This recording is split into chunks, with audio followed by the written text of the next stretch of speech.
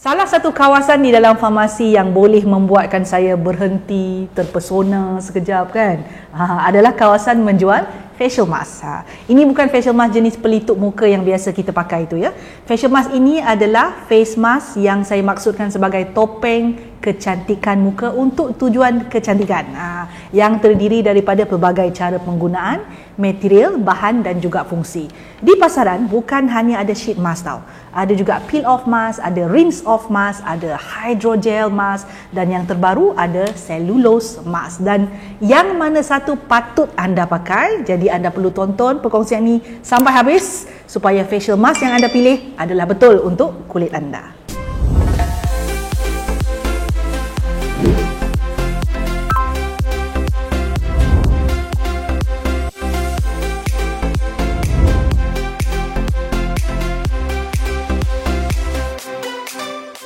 Hai Glory Girls, Glory Guys. Beauty guru Paula Begun pernah mengeluarkan satu kenyataan yang sangat kontroversi, iaitu I hate sheet mask, kata dia. That's just crazy stuff.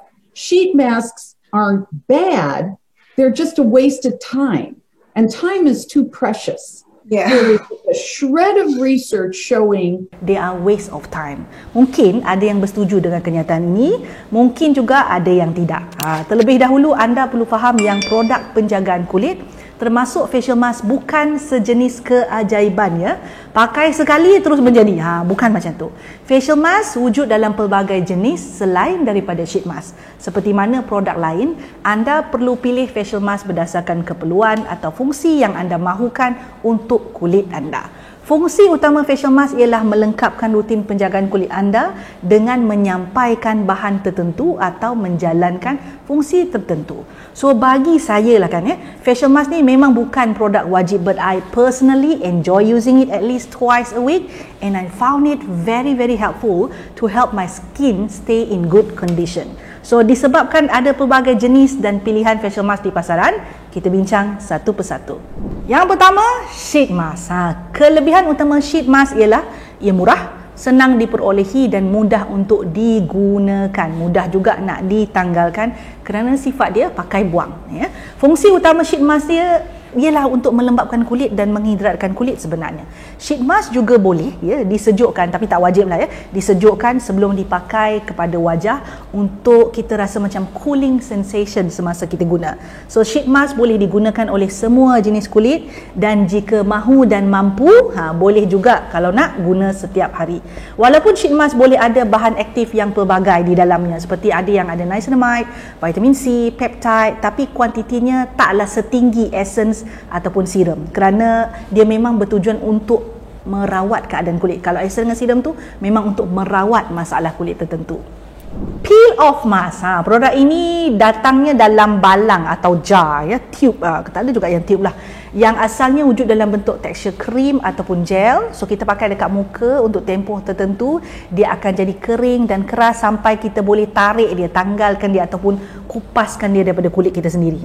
Kelebihan peel off mask ni adalah selain daripada kepuasan, dia boleh menanggalkan kekotoran, minyak dan sel kulit mati yang superficial yang ada pada permukaan kulit, dan lepas kita pakai, kita boleh rasa kulit jadi licin dan juga lembut. Tapi jangan salah sangka, peel off mask hanya boleh lakukan kerja yang saya sebutkan tadi, tapi tak boleh tanggalkan blackhead dan kekotoran dari dalam pori-pori kerana hanya BHA ataupun salicylic acid sahaja yang mempunyai saiz molekul yang kecil dan ada sifat oil base yang mampu masuk ke dalam pori-pori. So peel off mask tak boleh Peel off mask sangat dicadangkan untuk kulit yang tidak ada masalah sensitif. Clay mask. Clay mask ni dia, maksud clay tu tanah liat Clay mask ialah mask dengan tanah liat sebagai salah satu bahan dia dan bahan utama lah biasanya. Tanah liat ni secara semula jadi ada mineral yang bermanfaat untuk menyerap minyak berlebihan dan dia ada sifat mattifying dan bersifat anti radang. Tanah liat atau clay yang biasa digunakan adalah bentonite clay dan kaolin clay. Clay mask secara umumnya lebih sesuai untuk kulit jenis normal, kombinasi dan bagus sekali untuk kulit berminyak. Melainkan dinyatakan pada label produk itu dia boleh dipakai oleh kulit selainnya. Kalau kulit jenis kering dan sensitif, saya mohon sangat-sangat elak guna clay mask, terutama dengan bentonite dan kaolin ni, sebab dia boleh mengeringkan lagi kulit. So one thing, kalau pakai clay mask, pastikan pakai dalam tempoh yang dicadangkan, jangan terlebih masa. Sebab saya pernah alami kemerahan, pedih-pedih pada kulit akibat menggunakan clay mask dalam masa yang berlebihan. Syok sangatlah kononnya. Jenis facial mask seterusnya, charcoal mask. Nah, ni jenis rinse off punya. Ya, charcoal ni merujuk kepada arang. Facial mask yang mengandungi arang biasanya berwarna kelabu gelap ataupun macam hitam lah warnanya, dan kalau kita pakai tu memang boleh kelihatan menakutkan. Ya. Arang tahu dari segi perubatan dia terkenal dengan keupayaan untuk mengubati keracunan. Tapi dari sudut dermatologi, setakat ni tak ada bukti yang kukuh untuk menunjukkan bahawa dia boleh mengeluarkan toksin. Tak ada juga bukti yang kata dia exfoliate ke, anti penuaannya. Tak adalah. Ya, tapi kebanyakan pengeluar yang memasarkan produk begini biasanya mendakwa bahawa charcoal mask mereka boleh unclog pore, boleh remove oil, boleh cegah whitehead dengan blackhead. So sebenarnya bagi saya dia bergantung kepada bahan lain yang turut ada dalam charcoal mask tersebut. So charcoal mask ni saya lebih cadangkan kepada kulit jenis berminyak. Sleeping mask, dia jenis leave on type. Sleeping mask bukan hanya dipakai oleh Sleeping Beauty. Sleeping mask adalah sejenis facial mask yang kita biarkan semalaman. Ia biasanya datang dalam balang, jar atau tube dengan tekstur yang seakan gel. Biasanya formulasi dia ringan, mudah serap dengan cepat pada kulit. Sleeping mask biasanya dia ada bahan-bahan yang kita panggil super potent yang berfungsi untuk merawat kulit kita ketika kita tidur. Ya. Jika saya pakai sleeping mask, biasanya saya tak akan pakai pelembab lagi lah ataupun krim malam. So apakah perbezaan antara sleeping mask dengan krim malam? So krim malam ni kita boleh sebut dia sebagai daily hydration booster, manakala sleeping mask ni dia bertindak sebagai beauty treatment yang biasanya digalakkan untuk guna hanya sekali atau 2 kali seminggu. Ini kerana sifat dia sangat potent ya. So sleeping mask taklah kita galakkan untuk guna setiap hari, setiap malam maksudnya, melainkan dinyatakan pada label boleh digunakan sedemikian. Hydrogel mask, ini jenis peel off type ya. Facial mask yang unik ini adalah versi facial mask yang lebih tebal dan padat dengan air ya. Kebiasaannya facial mask ini diperbuat, kalau yang biasalah diperbuat daripada kapas, kertas khusus yang fleksibel ataupun gentian buluh. Tapi hydrogel mask dia diperbuat daripada bahan seperti jelly, lebih tebal ya, dan juga boleh menahan lebih banyak lembapan, dan kalau kita letak pada kulit dia melekat dengan lebih baik pada kulit. Dia ikut kita punya tekstur kulit. Dia juga ada cooling effect kalau kita pakai ya. Hydrogel mask biasanya dia terbahagi pada 2 bahagian. Dia ada 2 pieces, one for the top of your face, another one is for the bottom of your face. So cara penggunaan dia sama macam sheet mask, perlu ikut masa yang dicadangkan dan perlu ditanggalkan setelah beberapa tempoh ya. Disebabkan hydrogel mask ni dia agak berat ya. Pengalaman peribadi saya, kalau nak pakai memang kena baring. Sebab kalau dia jatuh memang pak berkecai habis. Ini pengalaman saya lah ya. So semua jenis kulit saya rasa tak ada masalah untuk pakai hydrogel mask ya. Kulit anda lepas pakai hydrogel mask akan rasa segar, terhidrat dan sangat sesuai kalau kita nak guna waktu panas-panas kan, yang kita boleh macam rasa macam cooling, macam berdekat spa macam tu.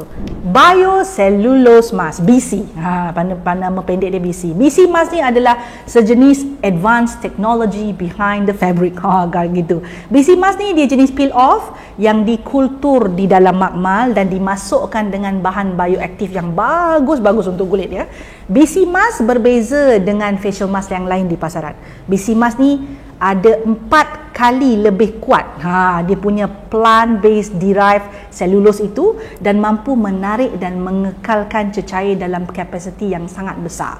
So malah ada kajian dijalankan ke atas 69 sukarelawan wanita untuk melihat kekasaran kulit, kedutan, keanjalan kulit dan kadar pembaharuan sel renewal ya. Keputusan menunjukkan bila mereka pakai BC mask, biocellulose mask ini ya, biocellulose mask tu berfungsi dengan baik untuk menyampaikan bahan yang bagus pada kulit. Jadi masalah yang dihadapi oleh mereka tu berkurang dengan banyaknya. So BC mask sangat bagus untuk kulit jenis kering, dehydrated dan juga kepada sesiapa yang nak pakai untuk tujuan anti penuaan.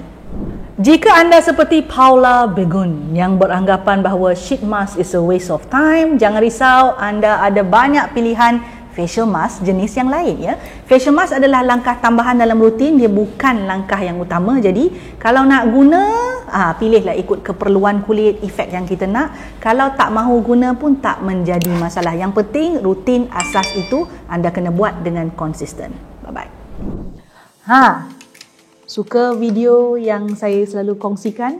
Apa kata? Jangan apa kata, buat sekarang ya. Subscribe channel saya like, share dan pastikan tekan butang loceng tu. Yang ada loceng tu, yang cute-cute loceng kecil tu tekan supaya anda mendapat notifikasi setiap kali saya masukkan video baru. Jangan terlepas, jangan tertinggal. Buat sekarang.